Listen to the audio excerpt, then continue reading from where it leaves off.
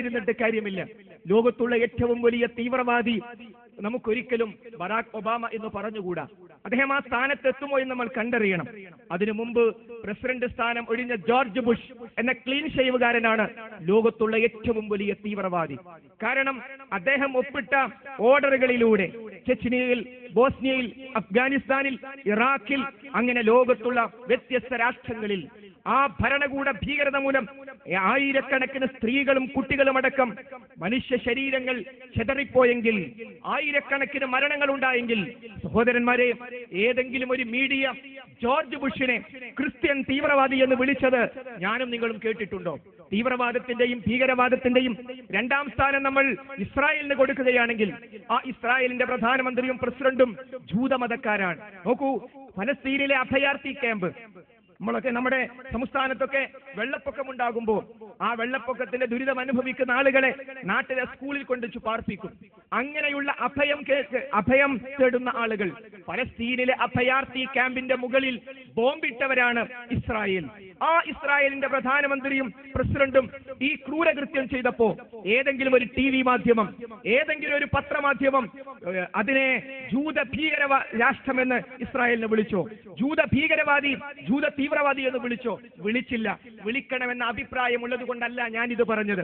എന്നാൽ കണ്ണൂരിലെ നസീർ തീവ്രവാദ പ്രവർത്തനങ്ങളുമായി ബന്ധപ്പെട്ട് പിടിക്കപ്പെട്ടപ്പോൾ നസീർ ചെയ്തതുമായി ബന്ധപ്പെട്ട് റിപ്പോർട്ട് ചെയ്തത് ശരിയാണെങ്കിൽ നസീർ ഇസ്ലാമിക സമൂഹത്തിന്റെ ഉള്ളിലെ ഇസ്ലാമിന്റെ ശത്രുവാണ്, സംശയമില്ല. എന്നാൽ നസീർ പിടിക്കപ്പെട്ടപ്പോ ഇസ്ലാമിക ഭീകരവാദി പിടിയിൽ ജോർജ് ബുഷിന്റെ പിന്നിൽ ചേർക്കാത്ത മതം, ഇസ്രായേലിന്റെ പ്രധാനമന്ത്രിയുടെയും പ്രസിഡന്റിന്റെയും പിന്നിൽ ചേർക്കാത്ത മതം എങ്ങനെ നസീറിന്റെ പിന്നിൽ മാത്രം വന്നു? അവിടെയാണ് വളരെ ബോധപൂർവമായ ഒരു വിവേചനം. ഒരു മുസ്ലിം, അത് സാധാരണക്കാരനായ ഒരു മുസ്ലിം, ഒരു ചെറുപ്പക്കാരനായ മുസ്ലിം തീവ്രവാദവും ഭീകരവാദവുമായി ബന്ധപ്പെട്ട പ്രവർത്തനം ചെയ്യുമ്പോൾ അതിനോട് മതത്തെ ചേർത്ത് പറയുകയും, എന്നാൽ ആഗോളതലത്തിൽ ഭരണകൂടത്തെ ഉപയോഗപ്പെടുത്തിക്കൊണ്ട് ഇതേ പ്രവർത്തനം ചെയ്യുമ്പോൾ അവിടെ മതത്തെ മാറ്റി നിർത്തുകയും ചെയ്യുന്ന വിവേചനം ലോകാടിസ്ഥാനത്തിലുണ്ട്. എന്താണ് കാരണം? പരിശുദ്ധ ഇസ്ലാം ഏറ്റവും പെട്ടെന്ന് പ്രചരിക്കുന്ന ഫാസ്റ്റ് ഗ്രോയിങ് റിലീജിയൻ, അമേരിക്കയിലെ, യൂറോപ്യൻ രാജ്യങ്ങളിലെ എത്രയും പെട്ടെന്ന് പ്രചരിക്കുന്ന മതമേതാ? അവിടുത്തെ ഭരണാധികാരികൾക്ക് സംശയമില്ല, ഇസ്ലാമിന്റെ വിമർശകർക്ക് സംശയമില്ല, ഇസ്ലാമാണ്. അതുകൊണ്ട് തന്നെ ഇസ്ലാമിന്റെ പ്രചാരണത്തെ തടുക്കണം. അങ്ങനെ തടുക്കുവാനുള്ള മാർഗം എന്താ? ഇസ്ലാമിലേക്ക് അടുക്കാൻ തന്നെ അനുവദിക്കരുത്. അത് തീവ്രവാദമാണ്, ഭീകരവാദമാണ്, ബോംബാണ് എന്ന് പറഞ്ഞ് ഇസ്ലാമിനെ കുറിച്ച് പഠിക്കുവാനുള്ള താല്പര്യത്തെ തന്നെ ഇല്ലാതാക്കുവാനുള്ള ബോധപൂർവമായ പരിശ്രമങ്ങൾ സാമ്രാജ്യത്വ ശക്തികൾ നിരന്തരമായി ചെയ്തുകൊണ്ടിരിക്കുന്നുണ്ട്. അങ്ങനെയുള്ള ഒരു പ്രചാരണം നടക്കുമ്പോൾ അതിനെ സത്യപ്പെടുത്തുന്ന ചെറിയ ചെറിയ നീക്കങ്ങൾ പോലും ഒരു മുസ്ലിമിനെ അനുവദിക്കാൻ സാധ്യമല്ല. ഇസ്ലാമിനോട് സ്നേഹമുള്ള ഒരാൾക്കും അനുവദിക്കാൻ സാധ്യമല്ല. അതുകൊണ്ടാണ് ഇസ്ലാമിക സമൂഹത്തിൽ തീവ്രവാദപരമായ ചിന്തയുണ്ടാകുമ്പോൾ അതിനെതിരെ ശബ്ദിക്കുന്നത് ഏറ്റവും ആദ്യമായി മുസ്ലിങ്ങൾ തന്നെയാണ്. കാരണം മുസ്ലിങ്ങൾക്ക് അങ്ങനെ ഒരു പ്രത്യേകതയുണ്ട്. എന്നാൽ ഇതേപോലെയുള്ള കൂട്ടായ്മകൾ മറ്റു സമൂഹങ്ങളിൽ വ്യാപകമായി പലപ്പോഴും നമുക്ക് കാണാൻ സാധ്യമല്ല. ഞാൻ പറഞ്ഞുകൊണ്ടുവരുന്നത് ഇസ്ലാമിക സമൂഹത്തിൽ ഇത്തരം ഒരു അവസ്ഥ എങ്ങനെയുണ്ടായി? പരിശുദ്ധ ഖുർആനും നബി കരീം സല്ലല്ലാഹു അലൈഹി വസല്ലമയുടെ ചര്യമാകുന്ന ഇസ്ലാമിന്റെ അടിസ്ഥാന പ്രമാണങ്ങൾ, ആ അടിസ്ഥാന പ്രമാണങ്ങളിലൂടെ വിഷയങ്ങളെ മനസ്സിലാക്കുന്നിടത്തു പറ്റിയ അബദ്ധമാണ്. ഉദാഹരണമായി ബഹുമാനനായ സയ്യിദ്ദീൻ സാഹിബും ഞാനും കൂടി തൊട്ടടുത്ത ദിവസത്തിൽ ഇതേപോലെയുള്ള ഒരു പരിപാടിയിൽ മട്ടന്നൂരിൽ പങ്കെടുക്കുമ്പോൾ BJPയുടെ ഈ ജില്ലയിലെ ഏറ്റവും പ്രഗത്ഭനായ കരുണാകരൻ മാസ്റ്റർ, അദ്ദേഹം പരസ്യമായി ജനങ്ങളെ മുമ്പിൽ നിർത്തിക്കൊണ്ട് പറഞ്ഞു, എനിക്ക് ജിഹാദ് എന്താണെന്നൊന്ന് പറഞ്ഞു തരണം. അത് പറഞ്ഞ് അദ്ദേഹം ആ സീറ്റിൽ പോയി ഇരിക്കുകയാണ്. നോക്കൂ, ജിഹാദ് എന്താണെന്ന് അറിയുവാനുള്ള താല്പര്യം ഒരു ഹൈന്ദവ സഹോദരന്, അതും ഒരു പാർട്ടിക്ക് നേതൃത്വം കൊടുക്കുന്ന ഒരു സഹോദരൻ പരസ്യമായി ഇസ്ലാമികമായ കാര്യങ്ങൾ സംസാരിക്കാനുള്ളവർ വേദിയിൽ ഉണ്ട് എന്നതുകൊണ്ട് അദ്ദേഹം ആവശ്യപ്പെടുകയാണ്. അതിന്റെ പ്രാധാന്യം നമ്മൾ അറിയണം. നമുക്കറിയാം, ബാബരി മസ്ജിദ് തകർക്കപ്പെട്ടു. ആ തകർക്കപ്പെട്ട സന്ദർഭത്തിൽ നമ്മുടെ കേരളത്തിലെ കോഴിക്കോട് ജില്ലയിലെ ഒരു മുസ്ലിം ഭൂരിപക്ഷ പ്രദേശം, ആ മുസ്ലിം ഭൂരിപക്ഷ പ്രദേശത്ത് ഹൈന്ദവരിൽപ്പെട്ട ചില ആളുകൾ അവരുടെ ഒരു കൊടി മുസ്ലിം ഭൂരിപക്ഷ പ്രദേശത്തെ അങ്ങാടിയിൽ നാട്ടാൻ ശ്രമിച്ചു. ജനങ്ങൾ പ്രതികരിച്ചു. മുസ്ലിങ്ങൾ വൈകാരികമായി നിൽക്കുന്ന സ്വാഭാവികത. ഈ രാജ്യത്തെ മതേതര കക്ഷിക്കാർ പോലും വേദനിക്കുന്ന സന്ദർഭം. ഒരിക്കലും നിങ്ങൾ ഈ കൊടി ഇവിടെ നാട്ടിൽ, അവർ പറഞ്ഞു ഇന്ത്യ രാജ്യമാണ്, ഞങ്ങളുടെ കൊടി ഇവിടെ നാട്ടിയിരിക്കും. ആർക്കും ആ സന്ദർഭത്തെ സഹിക്കാൻ സാധിച്ചില്ല. അങ്ങനെ കൊടി നാട്ടാൻ പാടില്ല. സംഘർഷത്തിലേക്കും അതൊരു വർഗീയമായ കലാപത്തിലേക്കും മാറുമോ എന്ന് ഭയപ്പെട്ട സന്ദർഭത്തിൽ മുസ്ലിങ്ങളുടെ ഭാഗത്ത് നിന്ന് പെട്ടെന്ന് തക്ബീർ ഉയർന്നു. അല്ലാഹു അക്ബർ, അല്ലാഹു അക്ബർ, അല്ലാഹു അക്ബർ. കേൾക്കേണ്ട താമസം. കൊടി നാട്ടിയിട്ടേ ഞങ്ങൾ പോകൂ എന്ന് പറഞ്ഞ ആളുകൾ ഓടടാ ഓട്ടം. ഓടിയ വഴിക്ക് പുല്ലുമുളക്കില്ല എന്നൊക്കെ പറയുന്ന അമ്മാതിരി ഓട്ടം. എന്താ അവർ ഇതുവരെ പിടിച്ചവർ എന്തേ ഇത്രയും പെട്ടെന്ന് ഓടി രക്ഷപ്പെടാൻ കാരണം? ഏകദേശം 1/4 കിലോമീറ്റർ അപ്പുറത്തെത്തിയപ്പോ അവരിൽപ്പെട്ട ഒരാൾ വീണു. കാലിന് ചതവ് പറ്റി വീണ്ടും ഓടുകയാണ്. അപ്പൊ തൊട്ടടുത്ത സഹോദരനോട് പറയാണ്, മാപ്പിളമാർ ബലിമൃഗത്തെ അറുക്കുമ്പോൾ ചെല്ലിയതാണ് ചെല്ലിയത്. നമ്മപ്പ കഴുത്തു പോകുന്ന ഉറപ്പാണ്. ആ മുസ്ലിം ഭൂരിപക്ഷ പ്രദേശത്തെ ബഹുമാന്യരായ ഹൈന്ദവർ അല്ലാഹു അക്ബറിന്റെ അർത്ഥത്തെ കുറിച്ച് എന്താ മനസ്സിലാക്കിയത്? ഏതെങ്കിലും ജീവിയെ കൊല്ലാനാണ് ഈ വിളിച്ചു പറയുന്നത്. അപ്പൊ അവന്റെ മനസ്സിൽ അല്ലാഹു അക്ബർ കിടക്കുന്നത് ആളുകളെ കൊല്ലാനുള്ള ആഹ്വാനമായിട്ടാണ്. നോക്കൂ, ഹൈന്ദവ സഹോദരങ്ങൾ മുസ്ലിങ്ങളുടെ പ്രബോധിത സമൂഹത്തിൽപ്പെട്ടവരാണല്ലോ അവർ ഇസ്ലാമിനെ കുറിച്ച് മനസ്സിലാക്കിയ അവസ്ഥയാണിത്. അതാണ് കരുണാകരൻ മാസ്റ്റർ അടുത്ത ചോദ്യം. ജിഹാദ് എന്താ? ജാഹദ എന്ന് പറഞ്ഞാൽ കഠിന പ്രയത്നം നടത്തി എന്നാണ് അർത്ഥം. ഒരു നല്ല കാര്യത്തിന് വേണ്ടി ബോധപൂർവം കഠിന പ്രയത്നം നടത്തൽ ജിഹാദാണ്. ഈ പ്രദേശത്തുള്ള ഒരു തിന്മയെ തടുക്കാൻ ഇവിടെ ഇതിന്റെ സംഘാടകർ നടത്തുന്ന ഒരു ജിഹാദാണിത്. ഒരു നല്ല കാര്യത്തിന് വേണ്ടിയുള്ള പരിശ്രമം, ഇത് ജിഹാദാണ്. പരിശുദ്ധ ഖുർആനിൽ ജിഹാദ് വന്നിട്ടുണ്ട്. വഇൻ ജാഹദാക അലാ അൻ തുശ്രിക ബി മാ ലൈസ ലക ബിഹി ഇൽമുൻ ഫലാ തുതിഉഹുമാ. നിന്റെ മാതാപിതാക്കൾ ബഹുദൈവ വിശ്വാസവുമായി ബന്ധപ്പെട്ട കാര്യങ്ങൾക്ക് വേണ്ടി നിന്നെ നിർബന്ധിച്ചാൽ നീ അവരെ അനുസരിച്ചു പോകരുത്. ഇവിടെ മാതാപിതാക്കൾ നിർബന്ധിക്കുക എന്ന് പറയുന്നതിന് ഖുർആൻ അവിടെ പ്രയോഗിച്ചത് വഇൻ ജാഹദാക, അവർ നിന്നോട് ജിഹാദ് ചെയ്താൽ. അവിടെ മാതാവും പിതാവും മക്കൾക്ക് നേരെ ബോംബെറിഞ്ഞാൽ എന്നല്ല അർത്ഥം, കത്തിയെടുത്താൽ എന്നല്ല അർത്ഥം, നിർബന്ധിച്ചാൽ എന്നാണ് അർത്ഥം. മഹാനായ പ്രവാചകൻ സല്ലല്ലാഹു അലൈഹി വസല്ലം സായുധ സമരത്തിന് വേണ്ടി, ആയുധമെടുത്തുകൊണ്ടുള്ള യുദ്ധത്തിന് വേണ്ടി ആഹ്വാനം ചെയ്തപ്പോ ചെറുപ്പക്കാർ റെഡിയായി വന്നു. അക്കൂട്ടത്തിൽ ഒരാളോട് മഹാനായ റസൂലുള്ളാഹി സ്വല്ലല്ലാഹു അലൈഹി വസല്ലം ചോദിച്ചു, നിന്റെ വീട്ടിൽ ആരാണുള്ളത്? അദ്ദേഹം പറഞ്ഞു, പ്രായമായ മാതാപിതാക്കൾ. റസൂലുള്ളാഹി സ്വല്ലല്ലാഹു അലൈഹി വസല്ലം പറഞ്ഞു, നീ നിന്റെ വീട്ടിലേക്ക് പോവുക, അവിടെയാണ് നിന്റെ ജിഹാദ്. അദ്ദേഹം വന്നതെന്തിനാ? ആയുധമെടുത്തുകൊണ്ടുള്ള പോരാട്ടത്തിന്. പ്രവാചകൻ സ്വല്ലല്ലാഹു അലൈഹി വസല്ലം പറയുന്നു, നീ നിന്റെ വീട്ടിലേക്ക് പോകണം. കാരണം എന്താ? സായുധമായ ജിഹാദിന് ഇഷ്ടം പോലെ ആളുണ്ട്. നിന്റെ മാതാവിനെയും പിതാവിനെയും പരിചരിക്കാൻ വേറെ ആരുമില്ല. അതുകൊണ്ട് നിന്റെ വീട്ടിൽ പോയി ജിഹാദ്. അവിടെ എന്താ ജിഹാദ്? മാതാപിതാക്കളെ കൈപിടിച്ചു ബാത്റൂമിലേക്ക് കൊണ്ടുപോലാ ജിഹാദ്. മാതാവിന്റെ പിതാവിന്റെ വായിൽ മരുന്നൊഴിച്ചു കൊടുക്കലാ ജിഹാദ്. മാതാവിന്റെ പിതാവിന്റെ മലവും മൂത്രവും ക്ലോസറ്റിൽ കൊണ്ടുപോയി ഒഴിക്കലാ ജിഹാദ്. നോക്കൂ, റസൂലുള്ളാഹി സ്വല്ലല്ലാഹു അലൈഹി വസല്ലം ആ പ്രവർത്തനത്തെ ജിഹാദ് എന്നാ പറഞ്ഞത്. വിധവകൾക്ക് വേണ്ടിയുള്ള പരിശ്രമം. ഒരു വിധവക്ക് ഒരു ഭർത്താവിനെ കിട്ടാൻ വേണ്ടി അധ്വാനിക്കൽ, പരിശ്രമിക്കൽ, അന്വേഷിക്കൽ, അതിന് ഷഹീദിന്റെ കൂലിയുണ്ടെന്നാണ് മഹാനായ നബി കരീം സ്വല്ലല്ലാഹു അലൈഹി വസല്ലം പഠിപ്പിച്ചത്. പക്ഷേ ജിഹാദ് എന്ന് കേൾക്കുമ്പോഴേക്കും മുസ്ലിങ്ങൾ അല്ലാത്തവർക്ക്, വിശേഷിച്ചും മുസ്ലിങ്ങൾക്കും പലപ്പോഴും ജിഹാദ് എന്ന് കേൾക്കുമ്പോഴേക്കും സായുധ സമരമാണ് ഓർമ്മ വരുന്നത്. ആയുധമെടുത്തുകൊണ്ടുള്ള മുന്നേറ്റമാണ് വരുന്നത്. അറിയുക, ജിഹാദിന്റെ പരിധിയിൽ യുദ്ധവുമുണ്ട്, ഖിതാലുമുണ്ട്, സംശയം വേണ്ട. എന്നാൽ എപ്പോഴാണ് ജിഹാദ് നടത്തേണ്ടത്, എപ്പോഴാണ് ഖിതാൽ നടത്തേണ്ടത്, ഇത് രണ്ടും കൃത്യമായി നമ്മൾ മനസ്സിലാക്കണം. മഹാനായ നബി കരീം സ്വല്ലല്ലാഹു അലൈഹി വസല്ലം തന്റെ സമൂഹത്തിന് ഓതിക്കൊടുത്തു, വമാലക്കും ലാ തുഖാതിലൂന ഫീ സബീലില്ലാഹ്. എന്തുകൊണ്ടാണ് നിങ്ങൾ അല്ലാഹുവിന്റെ മാർഗ്ഗത്തിൽ യുദ്ധം ചെയ്യാത്തത്? മുസ്തഅഫീങ്ങളായ സ്ത്രീകളും കുട്ടികൾക്കും ഞങ്ങൾക്കൊരു രക്ഷകനെ കിട്ടിയിരുന്നുവെങ്കിൽ എന്ന് പ്രാർത്ഥിച്ചുകൊണ്ട് പ്രയാസപ്പെടുന്ന പീഡിതരായ മുസ്ലിങ്ങൾക്ക് വേണ്ടി നിങ്ങൾ എന്തുകൊണ്ട് ഖിതാൽ നടത്തുന്നില്ല, യുദ്ധം നടത്തുന്നില്ല? അതാണ് ചോദ്യം. ഇത് യുദ്ധത്തിനുള്ള ആഹ്വാനമാണ്. പരിശുദ്ധ ഖുർആനിൽ സത്യവിശ്വാസികളെ വിളിച്ചുകൊണ്ട് പറയുന്നു, ഹർജിലിൽ മുഅ്മിനീന അലൽ ഖിതാൽ. യാ അയ്യുഹൻ നബിയ്യു, ഹേ പ്രവാചകരെ, ഹർജിലിൽ മുഅ്മിനീന അലൽ ഖിതാൽ, നീ സത്യവിശ്വാസികളെ യുദ്ധത്തിന് വേണ്ടി പ്രേരിപ്പിക്കുക. യുദ്ധഘട്ടങ്ങളിൽ യുദ്ധം ചെയ്യാനുള്ള ആഹ്വാനമുണ്ട്. ആ സന്ദർഭത്തിൽ യുദ്ധം ചെയ്യുകയും വേണം. ഈ ആയത്തോതിക്കൊണ്ടാണ് ഇത് മുജാഹിദുൽ കണ്ടിട്ടില്ല, ഇത് സമസ്തക്കാർ കണ്ടിട്ടില്ല, ഇതിപ്പോ നമ്മൾ മാത്രമാണ് കണ്ടത്. കണ്ടോ, ഈ ആയത്ത് കൃത്യമായിട്ട് ഖുർആനിലുണ്ടായിട്ട് ഇതൊക്കെ മറച്ചു വെക്കുകയാണ്. എല്ലാം മിമ്പർമെന്ന് മറച്ചു വെച്ചിട്ട് ഭീരുക്കളായി കഴിഞ്ഞുകൂടാണ്. അതുകൊണ്ട് വരുവീൻ, ഖുർആൻ ജിഹാദ്, ഈ ഖിതാലിനെ കുറിച്ച് പറയുന്നുണ്ട്. ശരി, ഈ ആയത്തിനെ നമ്മൾ എങ്ങനെ മനസ്സിലാക്കണം, ഈ ആയത്തിനെ നമ്മൾ എങ്ങനെ വ്യാഖ്യാനിക്കണം?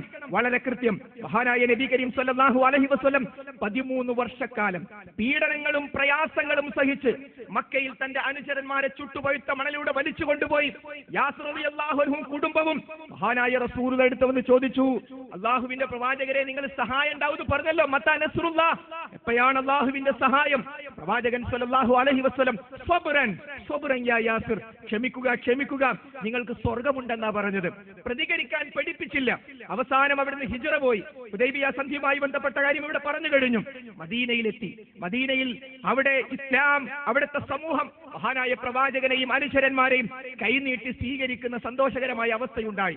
അവിടെ യഥാർത്ഥമായ ഏറ്റവും വലിയ ജിഹാദ് നടന്നു. വജാഹിദുഹും ബിഹി ജിഹാദൻ കബീറ. അതുകൊണ്ട് പരിശുദ്ധ ഖുർആൻ കൊണ്ടുള്ള ജിഹാദ്, അതാണ് ഏറ്റവും വലിയ ജിഹാദ്. ഖുർആനിക സന്ദേശങ്ങൾ ജനങ്ങൾക്ക് പറഞ്ഞു മനസ്സിലാക്കി കൊടുത്ത് ആ സന്ദേശത്തിലേക്ക് ജനങ്ങളെ ക്ഷണിക്കുക എന്ന ഏറ്റവും വലിയ ജിഹാദ് നടന്നു. മദീനയിലെ ഭൂരിപക്ഷം വരുന്ന ആളുകൾ മുസ്ലിങ്ങളായി. മദീനയുടെ അധീമനായി സ്വാഭാവികമായും പ്രവാചകൻ സ്വല്ലല്ലാഹു അലൈഹി വസല്ലം വന്നു. ആ ഇസ്ലാമിക ഭരണകൂടം മദീനയിൽ വന്നപ്പോഴും മക്കയിൽ പീഡനം തുടരുകയാണ്. ആ ഇസ്ലാമിക ഭരണകൂടത്തോട് ഇസ്ലാമിക ഭരണാധികാരിയോടാണ് ഖുർആന്റെ ചോദ്യം, വമാലക്കും ലാ തുഖാതിലൂന ഫീ സബീലില്ലാഹ്, എന്തുകൊണ്ടാണ് നിങ്ങൾ അല്ലാഹുവിന്റെ മാർഗത്തിൽ യുദ്ധം ചെയ്യാത്തത്? ഈ ആയത്തെടുത്തിട്ടാണ് നാറാത്ത് ഈ ആയത്ത് ഖുർആനിലില്ലേ? ഈ ആയത്ത് ഖുർആനിലുണ്ട്. ഏതാ സാഹചര്യം? ഏതാ സബബുൻ നുസൂൽ? ഏതാണ് അതിന്റെ വ്യാഖ്യാനം? അതാണ് പറഞ്ഞത്. അതുകൊണ്ട് സഹോദരങ്ങളെ, പരിശുദ്ധ ഖുർആൻ യുദ്ധത്തെ കുറിച്ച് പറയുന്നുണ്ട്. യുദ്ധഘട്ടം വന്നാൽ യുദ്ധം ചെയ്യണം. ഇന്ത്യ രാജ്യത്ത് മുസ്ലിങ്ങൾ സ്വീകരിക്കേണ്ട നിലപാടെന്താ? പരിശുദ്ധ ഖുർആൻ 60-ാമത്തെ അധ്യായം 8-9 ആയത്തുകൾ. ലാ യൻഹാകുമുല്ലാഹു അനിൽ ലദീന ലം യുഖാതിലൂകും ഫിദ്ദീനി വലം യുഖ്രിജൂകും മിൻ ദിയാരികും അൻ തബറൂഹും വതുഖ്സിതു ഇലൈഹിം ഇന്നല്ലാഹ യുഹിബ്ബുൽ മുഖ്സിതീൻ. മതത്തിന്റെ പേരിൽ നിങ്ങളോട് യുദ്ധം ചെയ്യാത്ത, മതത്തിന്റെ പേരിൽ നിങ്ങളുടെ കിടപ്പാടങ്ങളിൽ നിന്നും നിങ്ങളെ പുറത്താക്കാത്തവരുമായി നിങ്ങൾ നീതിപൂർവം സഹകരിക്കുക. അവരോട് നിങ്ങൾ നന്മ ചെയ്യുക. പടച്ചോൻ പറയാണ്, മതത്തിന്റെ പേരിൽ നിങ്ങളോട് യുദ്ധം ചെയ്യാത്ത, മുസ്ലിങ്ങളായി ഇസ്ലാമായി എന്നതിന്റെ പേരിൽ നിങ്ങളോട് യുദ്ധം ചെയ്യാത്ത, നിങ്ങളുടെ കിടപ്പാടങ്ങളിൽ നിന്നും നിങ്ങളെ പുറത്താക്കാത്തവരുമായി നിങ്ങൾ നീതിപൂർവം സഹകരിക്കുക.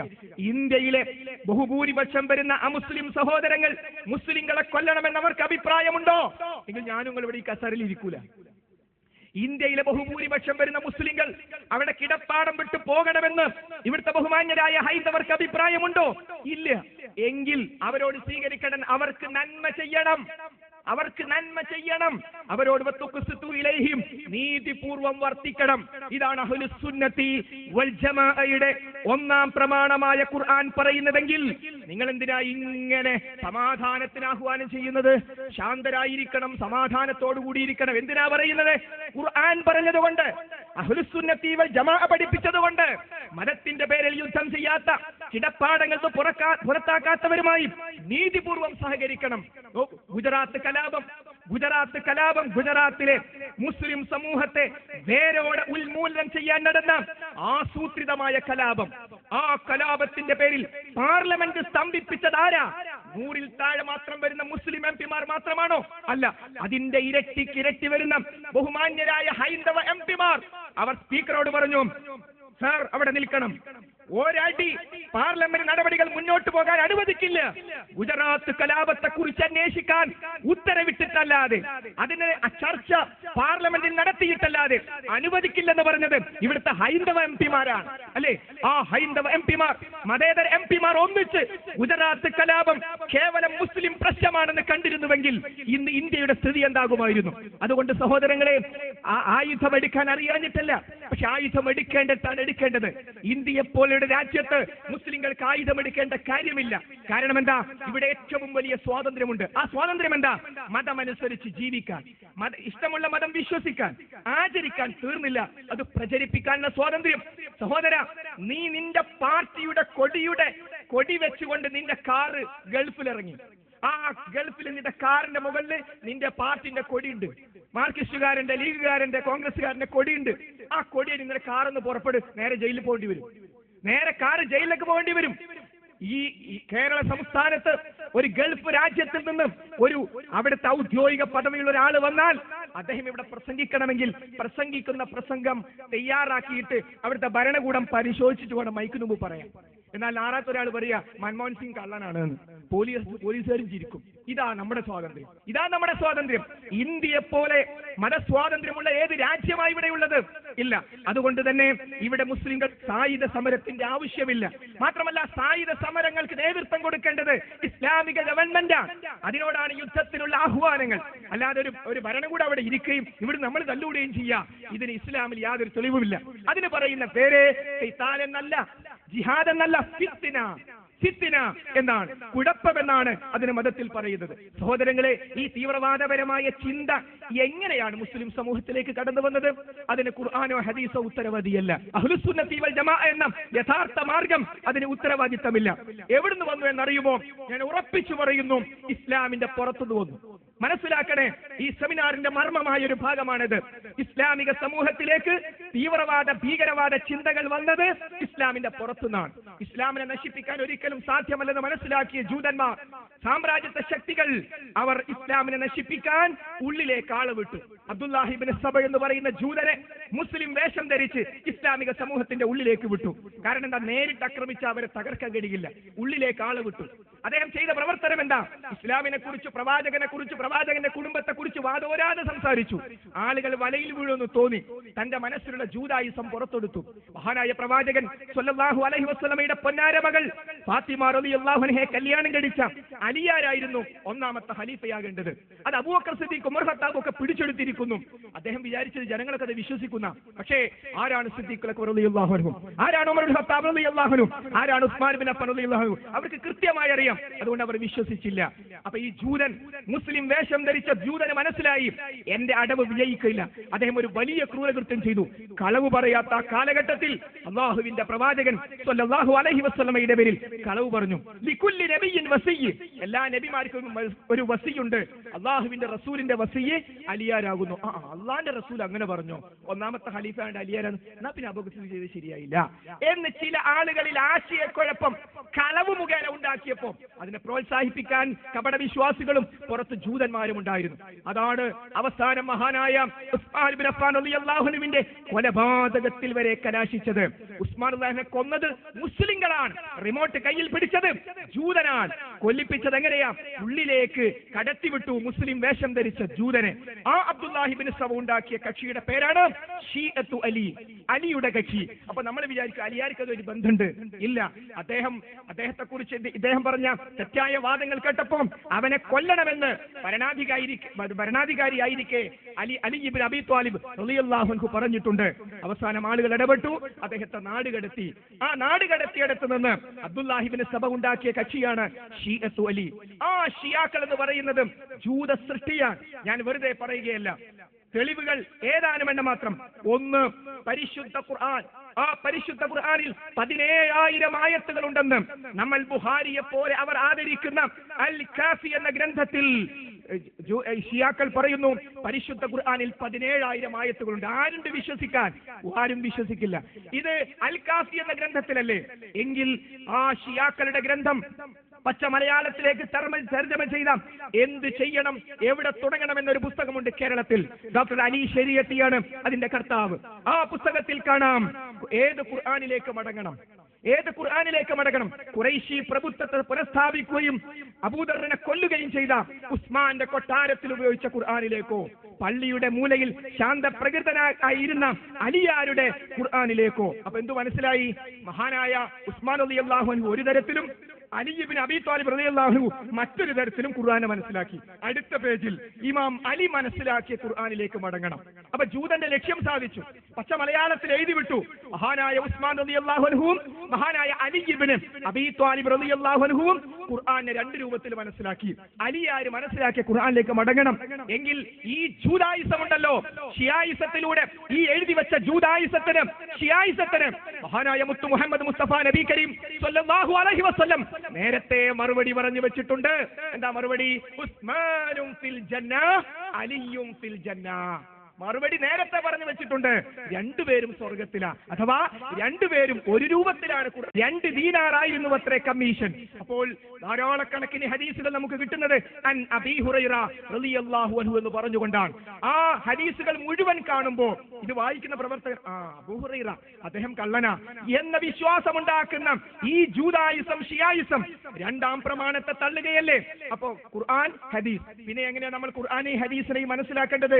അതിന്റെ പ്രഥമ സംബോധിതരായ ബഹുമാനപ്പെട്ട സ്വഹാബത്ത് റളിയല്ലാഹു അൻഹും. പരിശുദ്ധ ഖുർആനിലെ 9-ാമത്തെ അധ്യായം സൂറത്ത് തൗബയിലെ 100-ാമത്തെ ആയത്തിലൂടെ അല്ലാഹു പറഞ്ഞത് റളിയല്ലാഹു അൻഹും വറളുവൻ, അല്ലാഹു അവരെയും അവർ അല്ലാഹുവിനെയും തൃപ്തിപ്പെട്ടു. അഅദ്ദല്ലാഹു ലഹും ജന്നാത്തിൻ തജ്രി തഹ്തിഹൽ അൻഹാർ, താഴ്ഭാഗത്തുകൂടി അരുവികൾ ഒഴുകിക്കൊണ്ടിരിക്കുന്ന സ്വർഗ്ഗ പൂങ്കാവനം അവർക്ക് നാം തയ്യാറാക്കി വെച്ചിരിക്കുന്നു.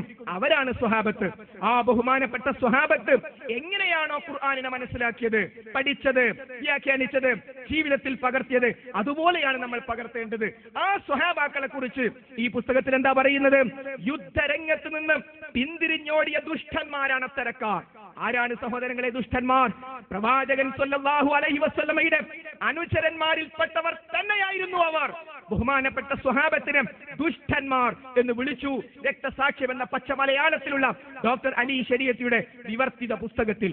എങ്കിൽ സഹോദരങ്ങളെ, ഖുർആൻ, ഹദീസ് അത് രണ്ടും മനസ്സിലാക്കേണ്ട രീതിശാസ്ത്രം, മെത്തഡോളജി, മൻഹജ്, സലഫിന്റെ മാർഗം, ഈ മൂന്നിനെയും തള്ളി ഡോക്ടർ അലി ശരീഅത്തി എന്ന ഈ ചിന്തകൻ. എങ്കിൽ സഹോദരങ്ങളെ, നിങ്ങൾ അറിയണം, ഇവിടെ ഈ തീവ്രവാദപരമായ വിഷയങ്ങളുമായി ബന്ധപ്പെട്ട് അതിലൊരു ചരിത്രമുണ്ട്. എന്താണ് ആ ചരിത്രം? ആ ചരിത്രം ഒന്നുമല്ല, മതരാഷ്ട്രവാദം എന്ന ഇസ്ലാമിന് അന്യമായൊരു വാദം. രാഷ്ട്രം സ്ഥാപിച്ചാൽ മാത്രമേ ഇസ്ലാമിക പ്രവർത്തനം പൂർത്തിയാകൂ.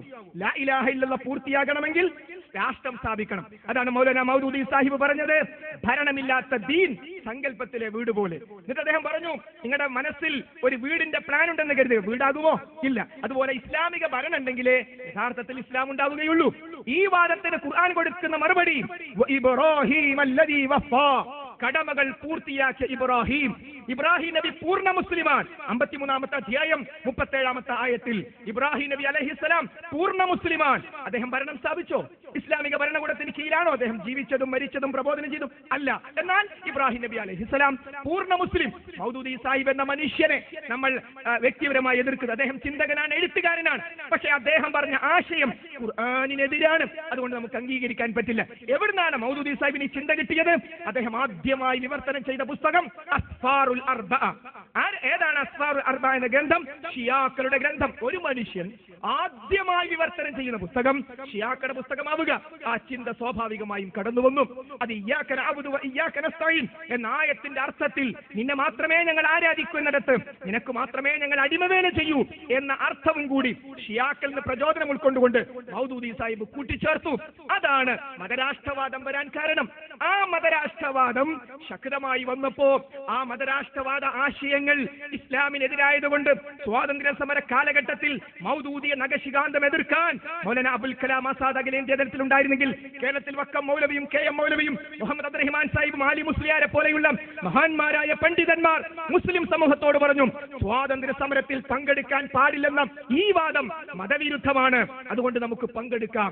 അങ്ങനെ സ്വാതന്ത്ര്യ സമരത്തിൽ മുസ്ലിങ്ങളെ പിന്തിരിക്കാൻ ശ്രമിച്ച ആ വാദം അത് ഇസ്ലാമികമല്ല.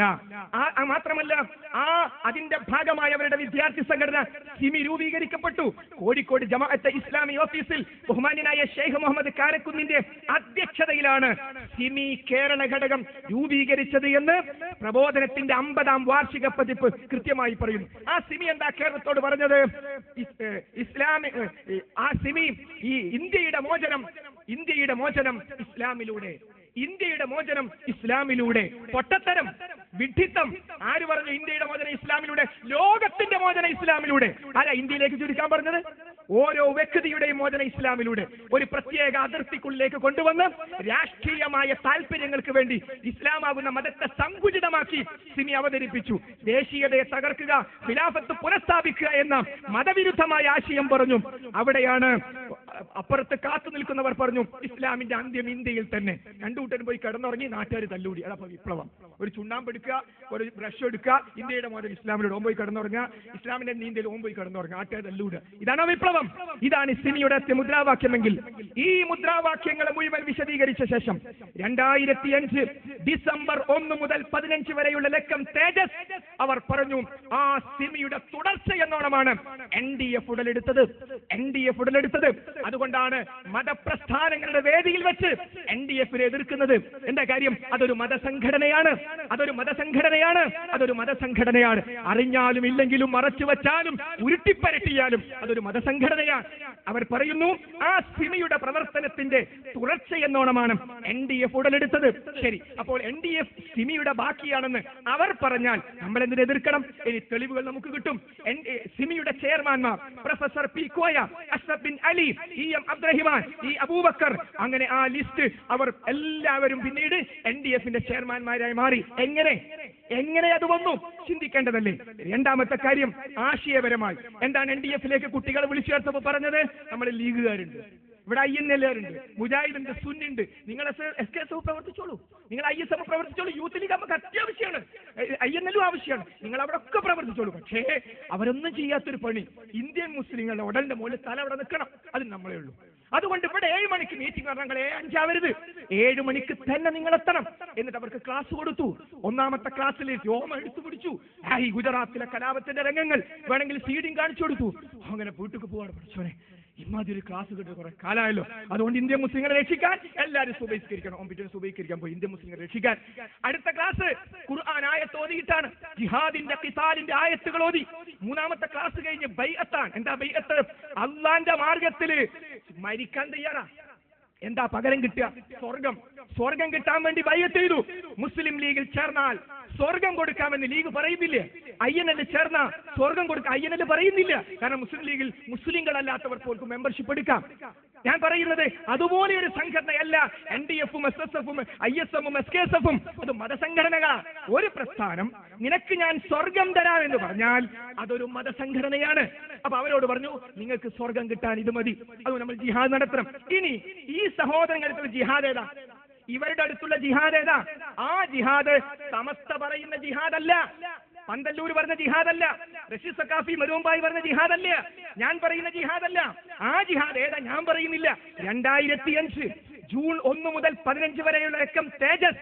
2005 ജൂൺ മാസത്തിലെ തേജസ്. എന്താ അതിൽ പറയുന്നത്? ജിഹാദ് എന്ന മൗദൂദി സാഹിബിന്റെ പുസ്തകത്തിന്റെ ഫോട്ടോ കൊടുത്തിട്ട് ആ പുസ്തകത്തെ അവലോകനം ചെയ്യുകയാണ്. എന്നിട്ട് പറയുന്നു, ജിഹാദിന്റെ തനതായ അർത്ഥം മനസ്സിലാക്കിയ കഴിഞ്ഞ നൂറ്റാണ്ടിലെ 2 വിഖ്യാത പണ്ഡിതന്മാരാണ് ഷഹീദ് സയ്യിദ് കുത്തുബും സയ്യിദ് അബുൽ ആല മൗദൂദിയും. ഞാൻ ഈ വായിച്ച ഉദ്ധരണി പ്രബോധനത്തിൽ നിന്നല്ല. പെട്ടെന്ന് കേട്ടാല് പ്രബോധനാണോ എന്ന് സംശയിക്കും. അല്ല, ഇത് എഴുതിയത് തേജസ്സിലാണ്. അപ്പൊ സമസ്തക്കാർക്കല്ല ജിഹാദ് മനസ്സിലായിട്ടില്ല, മുജാഹിദുകൾക്ക് ജിഹാദ് മനസ്സിലായിട്ടില്ല, തബ്ലീഗുകാർക്ക് മനസ്സിലായിട്ടില്ല. ഉറക്കെ നമുക്ക് ആവശ്യമുണ്ട്. പക്ഷെ യഥാർത്ഥത്തിൽ ജിഹാദ് മനസ്സിലായത് ആർക്കാ? ഒന്നുകൂടി കേട്ടോളൂ.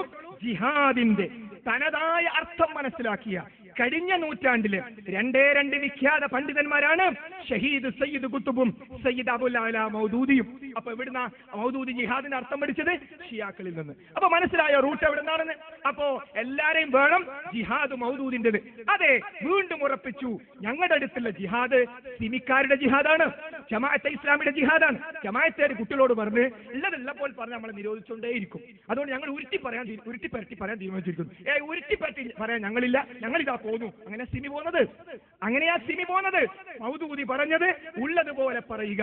അപ്പൊ സഹോദരങ്ങളെ, ഞാൻ ചോദിക്കുന്നു, ഇത്തരം പ്രസ്ഥാനങ്ങളിൽ പ്രവർത്തിക്കുന്ന ആർക്കെങ്കിലും അറിയുമോ ഞങ്ങളുടെ അടുത്തുള്ള ജിഹാദ് സിമി പറയുന്ന ജമാഅത്തെ ഇസ്ലാമി പറയുന്ന ജിഹാദാണെന്ന്, ഷിയാക്കൾ പഠിപ്പിച്ച ജിഹാദാണെന്ന് ആർക്കും അറിയില്ല.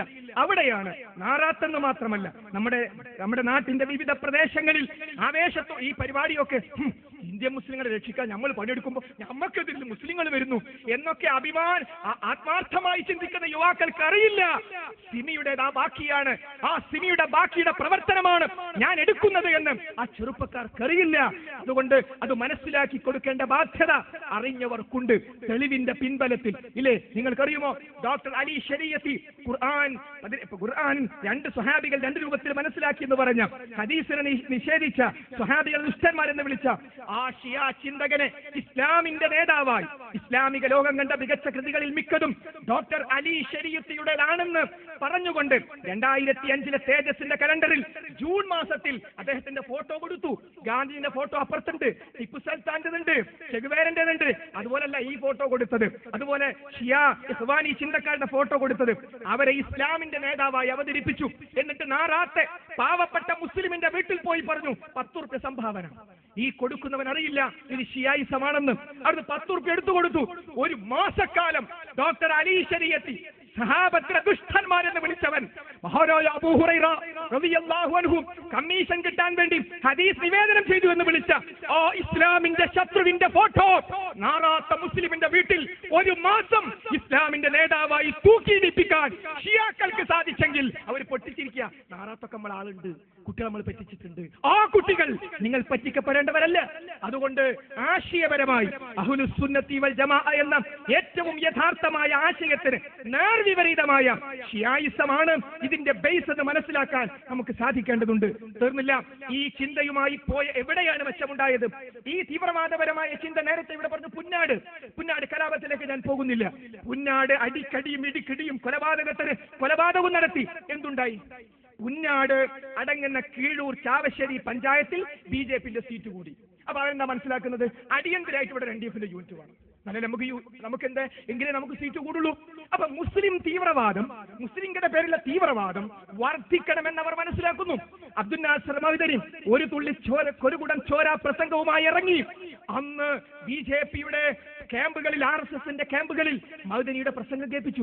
കൊണ്ടട മെമ്പർഷിപ്പ്. അമ്മാതിരി വർത്താന. പിന്നെ RSS തന്നെ അവർ വിലയിരുത്തി. മൗദനി വന്നതിന് ശേഷം നമുക്ക് മെമ്പർഷിപ്പ് കൂടിയിട്ടുണ്ട്. അപ്പൊ ഇസ്ലാമിന്റെ ശബ്ദം കൊണ്ട് ഇസ്ലാമിന്റെ ശത്രുവിന് മെമ്പർഷിപ്പ് കൂടുകയോ? അവിടെയാണ് അബദ്ധം മനസ്സിലാക്കേണ്ടത്. അപ്പോ ഇത്തരത്തിലുള്ള പ്രവണതകൾ വർദ്ധിച്ചു വരണമെന്നാണ് ഭൂരിപക്ഷത്തിന്റെ പേരിൽ സംഘടിക്കുന്നവർ തീരുമാനിച്ചുകൊണ്ടിരിക്കുന്നത്. അതുകൊണ്ട് നമ്മൾ മനസ്സിലാക്കണം, കണ്ണൂരിലെ ഈ കഴിഞ്ഞ നിയമസഭാ തെരഞ്ഞെടുപ്പിന് മുമ്പ് നടന്ന തെരഞ്ഞെടുപ്പ്, ആ ഉപതെരഞ്ഞെടുപ്പിൽ ആദ്യമായി LDFന്റെ സംസ്ഥാന സെക്രട്ടറി മത്സരിക്കുകയാണ്. ആദ്യം എന്താ കുട്ടിയോട് പറഞ്ഞത്? വാർഡ് മെമ്പർ സ്ഥാനം പോലും നമുക്ക് വേണ്ട, നിങ്ങൾ ലീഗായി എന്തെങ്കിലും ആയിക്കോളി, ഇന്ത്യൻ മുസ്ലിങ്ങളെ രക്ഷിക്കണം, വേറെ ഒരു ലക്ഷ്യവും നമുക്കില്ല. അത്യാവശ്യം ആളൊക്കെ ആയി, ഫ്രീഡം പരേഡൊക്കെ വന്ന് ആർസേരമാതിരി ചമ്പ്രം ഇരുന്ന ഇരുത്തം. ഇസ്ലാമിൽ ഇരുത്തം കുറച്ചേ ഉള്ളൂ, ഇടയിൽ ഇരുത്തവും അത്തയ്യാത്തൊക്കെ ഉള്ളൂ. വേറൊരു ഇരുത്തം പഠിപ്പിച്ചു കുട്ടികളെ. ആ ഇരുത്തൊക്കെ പഠിപ്പിച്ച് ഉഷാറായപ്പോ പിന്നെ പറഞ്ഞു നമുക്ക് ഒന്ന് ഉഷാറാക്കണം. എല്ലാവരും പിന്നെ മരത്തിന് മുകളിൽ കയറിയാട്ടെ, എന്നിട്ട് നമ്മളെ ചിഹ്നമുള്ള ബാനർ കെട്ടിയാട്ടെ, വോട്ടേഴ്സ് ലിസ്റ്റ് എടുക്കണോ, വോട്ട് പോയി ചേർത്തണോ. അതാ നടക്കുന്നേ. ഒരു വാർഡ് മെമ്പർ സ്ഥാനം പോലും വേണ്ടാത്തവർക്ക് അവസാനം MLA സ്ഥാനം മതി. കണ്ണൂരിലേക്ക് അബ്ദുൽ മജീദ് ഫൈസി വണ്ടി കയറി. ബഹുമാന്യരായ മുസ്ലിം സ്ത്രീകൾ, ഇവരുടെ കീഴിലുള്ള മുസ്ലിം സ്ത്രീകൾ വീടുകളിൽ കയറി മുസ്ലിം സ്ത്രീകളെ കണ്ടു. എന്നിട്ട് ഫൈസിക്ക് വോട്ട് ചെയ്യേണ്ട പ്രാധാന്യം അവർ അറിയിച്ചു. വമ്പിച്ച പ്രവർത്തനം അല്ലേ? ആ പ്രവർത്തനത്തെ കണ്ണൂരിലെ മുസ്ലിങ്ങൾ എങ്ങനെ കണ്ടു? മുസ്ലിം ഭൂരിപക്ഷ വാർഡുകളായ കണ്ണൂരിലെ പല പ്രദേശത്തും എങ്ങനെയാ കണ്ടത്? അബ്ദുൽ മജീദ് ഫൈസിയുടെ നിലപാട് ശരിയാണെങ്കിൽ പോളിംഗ് ബൂത്തിന്റെ ഉള്ളിൽ പോയി ഒരു വോട്ട് കിടക്കട്ടെ, ഒരു വോട്ട് ആൾക്കാർ പാഠം പഠിക്കട്ടെ എന്ന് മുസ്ലിങ്ങൾക്ക് ചിന്തിച്ചുകൂടെ? കെട്ടിവെച്ച കാശ് കൊടുക്കാതെ മജീദ് ഫൈസിയെ മഞ്ചേരിയിലേക്ക് കണ്ണൂരിലെ മുസ്ലിങ്ങൾ തിരിച്ചയച്ചത് LDFനോടുള്ള വെറുപ്പ് കൊണ്ടല്ല, ഇസ്ലാമിനോടുള്ള സ്നേഹം കൊണ്ടാണ്. ഇസ്ലാമിനോടുള്ള സ്നേഹം കൊണ്ടാണ്. ഈ മുസ്ലിങ്ങളെ തീവ്രവാദികൾ എന്ന് വിളിച്ചാൽ അത് രാജ്യദ്രോഹ കുറ്റം ചുമത്തേണ്ട തെറ്റാണ്. ഞാൻ പറയുന്നത് മുൻ സിമിയാണ് ഇവർ എന്ന് തിരിച്ചറിഞ്ഞിരിക്കുന്നു. എന്റെ ശബ്ദം കേട്ട് അതിൽ പ്രവർത്തിക്കുന്ന ഒരു യുവാവും എന്നോടോ ഈ സംഘടനയോ ദേഷ്യം പിടിക്കരുത്. നിങ്ങൾ അറിയാതെ ഈ ഷിയ ആശയത്തിൽ ചെന്ന് പെട്ടുപോയതാണ്, ഒരു സംശയവും വേണ്ട. അതിന്റെ ഗ്രന്ഥങ്ങൾ വായിച്ചാൽ, അതിന്റെ കലണ്ടർ എടുത്ത് പരിശോധിച്ചാൽ നമുക്ക് ആ കാര്യം മനസ്സിലാവും. തീർന്നില്ല. ഷിയാക്കളുടെ ഏറ്റവും വലിയൊരു പ്രത്യേകത തഖിയ്യത്ത്, തഖി നിറം മറച്ചു വെക്കുക. നിങ്ങൾ നോക്കൂ, ഇവിടെ കൈവെട്ട് പ്രശ്നം ഉണ്ടായി. കൈവെട്ട് പ്രശ്നം ഉണ്ടായപ്പോ തേജസ് വസ്ത്രം എഴുതി അപലപനീയമാണ്. അധ്യാപകന്റെ കൈകെട്ടിയത് അപലപനീയമാണ്. മെസ്സേജ് എന്താ വന്നത്? കൈകെട്ടാനുള്ള തെളിവിന്റെ ഹദീസ്. ഒരു ഭാഗത്തുകൂടി ഹദീസ് ഇങ്ങനെ പ്രചരിപ്പിക്കുക. കൈയൊട്ടി എന്താ വർഷം പ്രവാചകൻ അങ്ങനെ ചെയ്തിട്ടില്ല, എങ്ങനെ ചെയ്തിട്ടില്ല. ഇപ്പുറത്ത് പത്രത്തിൽ കൂടി പറയാ വളരെ അപലപനീയായി പോയി. ഇതാ തഖിയ്യത്ത് എന്ന് പറയാം. പുറത്തൊന്നും ഉള്ളിൽ മറ്റൊന്നും. ഇത് ഷിയാക്കളുടെ ഏർപ്പാടാണ്. തഖിയ്യത്തിനെ കുറിച്ച് നമ്മൾ നെറ്റിൽ പോയി പരിശോധിക്കൂ, ഏത് ഇസ്ലാമിക ഗ്രന്ഥം എടുത്ത് പരിശോധിച്ച് നോക്കൂ, അത് ഷിയാക്കളുടെ ഏർപ്പാടാണ് തഖിയ്യത്ത് എന്ന് പറയുന്നത്. ഇങ്ങനെ ആ അഹ്ലുസുന്നത്തി വൽ ജമാഅത്തിന് വിരുദ്ധമായ ആശയങ്ങൾ മുസ്ലിം സമൂഹത്തിലേക്ക് നാനാഭാഗത്തുകൂടി കടന്നു വരുന്ന ദയനീയമായ ഒരു അവസ്ഥ നമുക്ക് കാണാൻ കഴിയുന്നത്. അതുകൊണ്ടാണ് 1997 കോഴിക്കോട് മുതലക്കുളം മൈതാനിയിൽ വെച്ച് കേരളത്തിൽ ഒരു മുന്നേറ്റം ആരംഭിച്ചത്. മുസ്ലിം യൂത്ത് കോർഡിനേഷൻ, അതിന്റെ കൺവീനർ നിങ്ങളുടെ MLA കൂടിയായ ബഹുമാന്യ സുഹൃത്ത് KM ഷാജി ആയിരുന്നു. അദ്ദേഹത്തിന്റെ നേതൃത്വത്തിൽ മുസ്ലിം ലീഗിന്റെ അതേപോലെ തന്നെ മുസ്ലിം പ്രസ്ഥാനങ്ങളുടെ എല്ലാവരുടെയും ആശീർവാദത്തോടുകൂടി ആ മുന്നേറ്റം തുടങ്ങിയപ്പോൾ വമ്പിച്ച വിമർശനങ്ങൾ ഉണ്ടായിരുന്നു. ഒരേ വേദിയിൽ ശരീഅത്ത് പ്രശ്നത്തെ അനുസ്മരിച്ചുകൊണ്ട് ഒരേ വേദിയിൽ എല്ലാവരും ഒന്നിച്ചിരുന്നു. അന്ന് അബ്ദുൽ നാസർ ഫൈസി കൂടത്തായി ഉണ്ടായിരുന്നു, AP സമസ്തയുടെ ബഷീർ ഉണ്ടായിരുന്നു, ബഹുമാനായ ഞാനുണ്ടായിരുന്നു. എല്ലാവരും ഒന്നിച്ചിരുന്നു പറഞ്ഞു, ഇത് ഷിയായിസമാണ് സഹോദരങ്ങളെ. ആ മുന്നേറ്റം കേരളീയ സമൂഹത്തിലുണ്ടാക്കിയ മെച്ചം ചെറുതല്ല. അതുകൊണ്ട് ഇതാരെയെങ്കിലും തകർക്കാനുള്ളതല്ല, മറിച്ച് ആശയപരമായി നമ്മൾ എത്തിപ്പെട്ടിരിക്കുന്ന ആ വാദങ്ങൾക്ക് യാതൊരു അടിസ്ഥാനവുമില്ല എന്ന് മനസ്സിലാക്കാൻ. അതുകൊണ്ട് നമുക്ക് വേണ്ടത് ഇന്ത്യയെ പോലെയുള്ള ഒരു രാജ്യത്ത് മുസ്ലിങ്ങളായി ജീവിക്കുവാനുള്ള സ്വാതന്ത്ര്യം ഇവിടെയുണ്ട്. അപ്പൊ ഇവിടെ ഒരു ക്ഷേത്രത്തിന് കല്ലെറിഞ്ഞാൽ അതിനെ എല്ലാവരും ഒന്നിച്ച് അപലപിക്കണം. ഒരു പള്ളിക്ക് കല്ലെറിഞ്ഞാൽ എല്ലാവരും ഒന്നിച്ച് അപലപിക്കണം. അതാണ് നമ്മുടെ രീതി, അതാണ് നമ്മുടെ സംസ്കാരം, അല്ലെ? അയൽപക്ക ബന്ധം. ഞാൻ ഇന്ന് ഓഫീസിൽ പോയപ്പോ, എന്റെ ഭാര്യ സ്കൂളിലേക്ക് പോയപ്പോ, എന്റെ കുട്ടികൾ സ്കൂളിലേക്ക് പോയപ്പോ എന്റെ വീടിന്റെ താക്കോൽ സൂക്ഷിക്കുന്നത് എന്റെ തൊട്ടടുത്ത ഒരു ഹൈന്ദവ സഹോദരന്റെ വീട്ടിലാണ്. എന്റെ കുട്ടി വൈകി വന്നാൽ ആ വീട്ടിലാണ് വൈകുന്നേരം ഞങ്ങൾ വരുന്നത് വരെ എന്റെ കുട്ടി കാത്തിരിക്കുന്നത്. ഇതാണ് കേരളീയ സംസ്കാരം. ഈ സംസ്കാരത്തെ അറുത്തുമുറിച്ച് വർഗീയമായ അവസ്ഥയിലേക്ക് ഹിന്ദു പാനി, മുസ്ലിം പാനി, ഹിന്ദുക്കൾക്ക് ഹിന്ദുക്കളെ ഹോട്ടല്, മുസ്ലിങ്ങൾക്ക് മുസ്ലിങ്ങളെ ഹോട്ടല്, ഈ ഒരു സംസ്കാരത്തിലേക്ക്, ധ്രുവീകരണത്തിലേക്ക് കൊണ്ടുവരാൻ ബോധപൂർവമായ ശ്രമം നടക്കുന്നുണ്ട്. ആ ശ്രമത്തെ തിരിച്ചറിയാൻ നമുക്ക് സാധിക്കേണ്ടതുണ്ട്. ഇതിന്റെ പിന്നിൽ സിമിയെ പോലെ നോക്കൂ, എന്താ ഈ വീതിയിൽ ജമാഅത്തെ ഇസ്ലാം ഇല്ലാത്തത്? എന്താണ് മുസ്ലിം യൂത്ത് കോർഡിനേഷനിൽ ജമാഅത്തെ ഇസ്ലാം ഇല്ലാത്തത്? അവരെ വിളിച്ചാൽ പിന്നെ തകർന്ന്. കാരണം ഇതിന്റെ ഏറ്റവും വലിയ ആശയപരമായ ശത്രുക്കൾ ജമാഅത്തും അനുബന്ധ സംഘടനകളുമാണ്. അതുകൊണ്ട് പൊന്നുരുക്കുന്നിടത്ത് പൂച്ചക്ക് യാതൊരു സ്ഥാനവും ഇല്ല എന്ന് പറഞ്ഞതുപോലെ ജമാഅത്തെ ഇസ്ലാമിക്ക് യാതൊരു സ്ഥാനവും ഇല്ല. അപ്പൊ അവരെ പണി എന്താ? രാഷ്ട്രീയ പാർട്ടി ഉണ്ടാക്കി. ജനാധിപത്യത്തെ എതിർത്തവർ രാഷ്ട്രീയ പാർട്ടിയെ രംഗത്ത് വരികയാണ്. അതുകൊണ്ട് മുസ്ലിങ്ങളെ ഞങ്ങൾ ഭിന്നിപ്പിക്കും, ഞങ്ങൾക്ക് വേണം കുറച്ച് വോട്ട്, അതുകൊണ്ട് പരമാവധി സീറ്റ് കുറക്കും എന്ന് പറഞ്ഞവർ വന്നിരിക്കുന്നു. അതുകൊണ്ട് സഹോദരങ്ങളെ, ആശയപരമായ ഇതിന്റെ വശങ്ങൾ കൃത്യമായി അറിഞ്ഞു പഠിച്ചു മനസ്സിലാക്കി അടുത്ത തലമുറയെ, നമ്മുടെ അനിയന്മാരെ, നമ്മുടെ ജ്യേഷ്ഠന്മാരെ നമ്മൾ മനസ്സിലാക്കി കൊടുക്കണം. ഈ രീതി ശരിയല്ല. കുറെ ആൾക്കാർ നമുക്ക് ആവശ്യമുണ്ട്. ഇസ്ലാമിന് വേണ്ടി ജീവിക്കാൻ കുറച്ച് ആൾക്കാർ ആവശ്യമുണ്ട്. മരിക്കാൻ എല്ലാവരും തയ്യാറാ. അതെ, ബദർ ഉണ്ടാകണമെങ്കിൽ ബിലാലുമാരുണ്ടാകണം. ബിലാലുമാരെ ഉണ്ടാകാതെ ബദറില്ല. എവിടെ ബിലാലുമാർ? എവിടെ യാസിർമാർ? അതുകൊണ്ട് ആ ഒരു അവസ്ഥയിലേക്ക് തിരിച്ചു വരാൻ ഇന്ത്യയെ പോലൊരു രാജ്യത്ത് മുസ്ലിങ്ങൾക്ക് ഇസ്ലാമായി ജീവിക്കുവാനും ഇസ്ലാമിക പ്രബോധനം നടത്താനുമുള്ള പൂർണ്ണ സ്വാതന്ത്ര്യം ഉള്ളത് കൊണ്ട് തന്നെ പല ഗൾഫ് രാഷ്ട്രങ്ങളിൽ ഉള്ളതിനേക്കാൾ വലിയ സ്വാതന്ത്ര്യം ഇന്ത്യ രാജ്യത്ത് ഉള്ളതുകൊണ്ട് ഇന്ത്യ നമ്മുടെ രാജ്യമാണ്. ഇന്ത്യ ഹൈന്ദവന്റേതല്ല, ഇന്ത്യ മുസ്ലിമിന്റേതല്ല, ഇന്ത്യ ക്രൈസ്തവന്റേതല്ല, ഇന്ത്യ ഇന്ത്യക്കാരൻ്റെതാണ്. ആ ഒരു ബോധത്തോടു കൂടി മുന്നോട്ട് പോകാൻ നമുക്ക് സാധിക്കണം. അല്ലാഹു അനുഗ്രഹിക്കുമാറാകട്ടെ. അനിൽ ഹംദുലില്ലാഹി റബ്ബിൽ ആലമീൻ. അസ്സലാമു അലൈക്കും.